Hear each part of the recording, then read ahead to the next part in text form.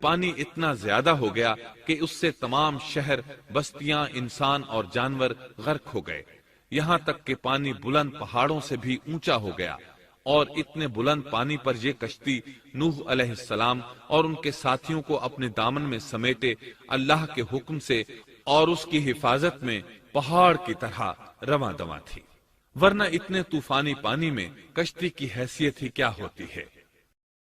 نوح علیہ السلام کشتی میں سوار ہوئے اور انہوں نے اپنے ساتھیوں کو حکم دیا کہ وہ یہ دعا پڑھیں: بسم اللہ مجریہا ومرساہا ان ربی لغفور رحیم۔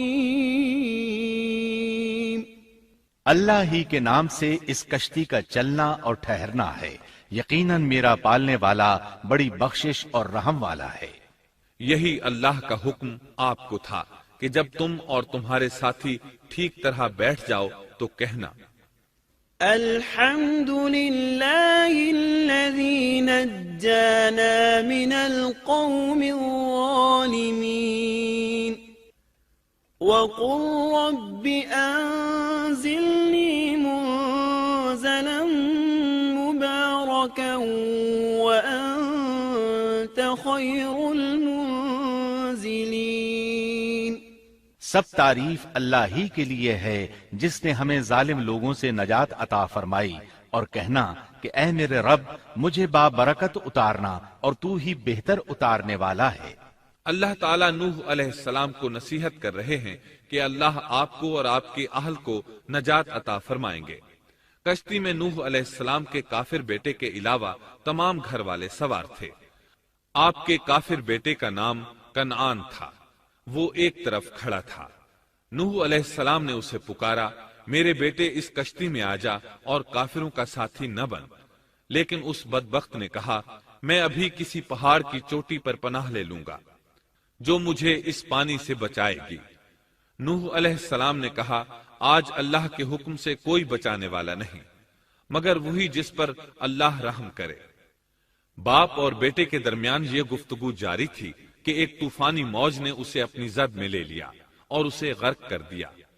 نوح علیہ السلام سے اللہ نے وعدہ کر رکھا تھا کہ اللہ تعالیٰ اس کے اہل کو نجات عطا فرمائے گا۔ چنانچہ جب آپ کی آنکھوں کے سامنے آپ کا بیٹا غرق ہو گیا تو وہ پکار اٹھے: اے اللہ، میرا بیٹا میرے گھر والوں میں سے تھا اور تو نے مجھ سے وعدہ کیا تھا کہ میرے گھر والوں کو نجات عطا فرمائے گا، اور تو تمام حاکموں سے بہتر حاکم ہے، لہذا ناممکن ہے کہ تیرا وعدہ پورا نہ ہو۔ واضح ہو کہ نوح علیہ السلام کا اپنے بیٹے کے بارے میں بات کرنا بطور استفسار تھا، بطور بحث نہیں تھا۔ آپ وضاحت چاہتے تھے۔ اللہ تعالیٰ نے فرمایا: اے نوح، وہ تیرے اہل سے نہیں تھا کیونکہ وہ کافر تھا۔ کفر نسب کو ختم کر دیتا ہے۔ ایک مومن کا دوسرے مومن سے تعلق ایک مسلمان بھائی کے کافر بھائی سے تعلق سے زیادہ بڑا ہے، اور حقیقی اخوت وہ ہے جس کی بنیاد ایمان پر ہو۔ کفر تو نسبی تعلق کو کاٹ دیتا ہے، اس لیے اللہ نے یہ نہیں فرمایا کہ وہ کافر ہے، بلکہ یہ فرمایا کہ وہ تیرے اہل سے نہیں ہے۔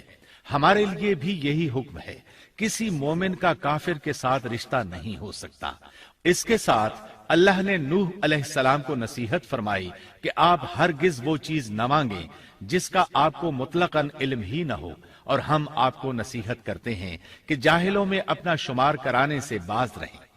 جب نوح علیہ السلام یہ بات جان گئے کہ ان کا سوال واقعے کے مطابق نہیں تھا تو فوراً اس سے رجوع کر لیا اور اللہ تعالیٰ سے اس کی رحمت اور مغفرت کے طالب ہوئے۔ اس موقع پر انہوں نے دعا کی۔ نوح علیہ السلام نے کہا: اے میرے پروردگار، میں تیری ہی پناہ چاہتا ہوں اس بات سے کہ تجھ سے وہ مانگوں جس کا مجھے علم ہی نہ ہو۔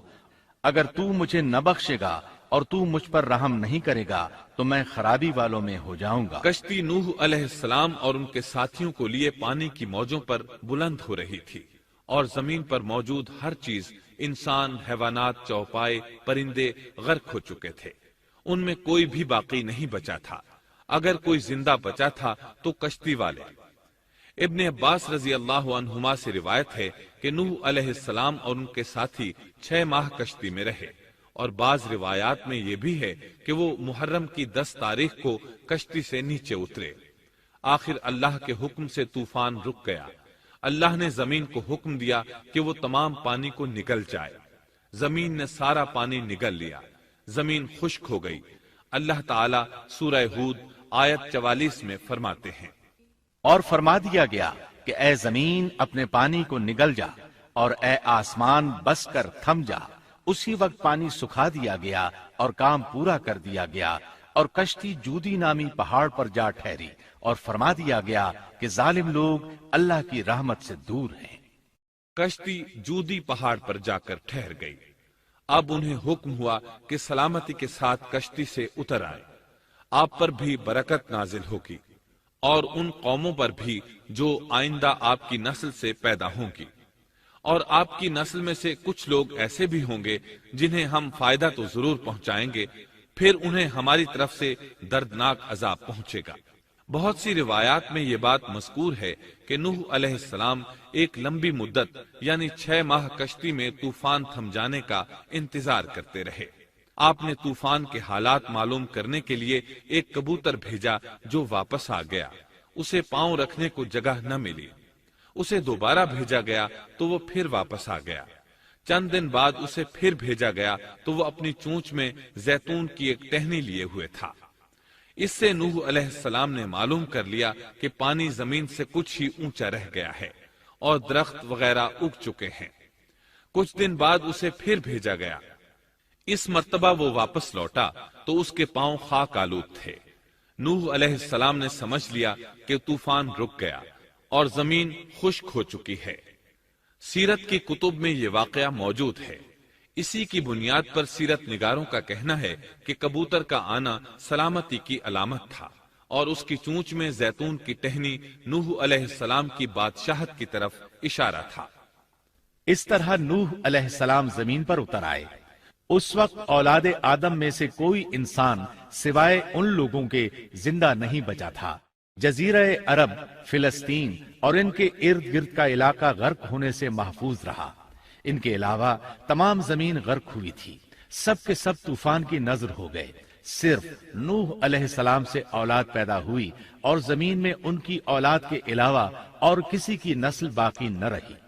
اسی وجہ سے نوح علیہ السلام کو آدم ثانی اور ابو البشر ثانی کہا جاتا ہے، کیونکہ تمام کے تمام بشر انہی کی طرف منسوب ہیں۔ سورۃ الصافات آیات 75 تا 77 میں اسی طرف اشارہ ہے۔ اور ہمیں نوح نے پکارا تو دیکھ لو کہ ہم کیسے اچھے دعا قبول کرنے والے ہیں۔ ہم نے اسے اور اس کے فرمانبرداروں کو اس زبردست مصیبت سے بچا لیا۔ اس کی اولاد ہم نے باقی رہنے والی بنا دی۔ ایک دوسرے مقام پر اللہ تعالیٰ دیگر امم اور رسولوں کے متعلق کلام کرتے ہوئے فرماتے ہیں، اے ان لوگوں کی اولاد جنہیں ہم نے نوح کے ساتھ چڑھا لیا تھا، وہ ہمارا بڑا ہی شکر گزار بندہ تھا۔ نوح علیہ السلام کے 3 بیٹے تھے، سام، حام اور یافس۔ سام کی نسل زیادہ تر سفید رنگت کی تھی، اور بہت کم لوگ ان میں سیاہ فام تھے، البتہ کچھ ان میں گندمی تھے۔ حام کی اولاد کی اکثریت سیاہ فام تھی، ان میں بہت کم لوگ سفید رنگ کے تھے، اور یافس کی اولاد سرخی مائل رنگ کی تھی۔ عرب اور بنو اسرائیل سام کی اولاد ہیں، تمام حبش حام کی اولاد ہیں، ترک اور مشرقی ایشیا کے لوگ یافس کی اولاد ہیں۔ طوفان کے بعد نوح علیہ السلام اللہ کے بندوں میں 350 سال تک زندہ رہے، اور وہ اللہ کے قول عبدن شکورن کے مصداق تھے۔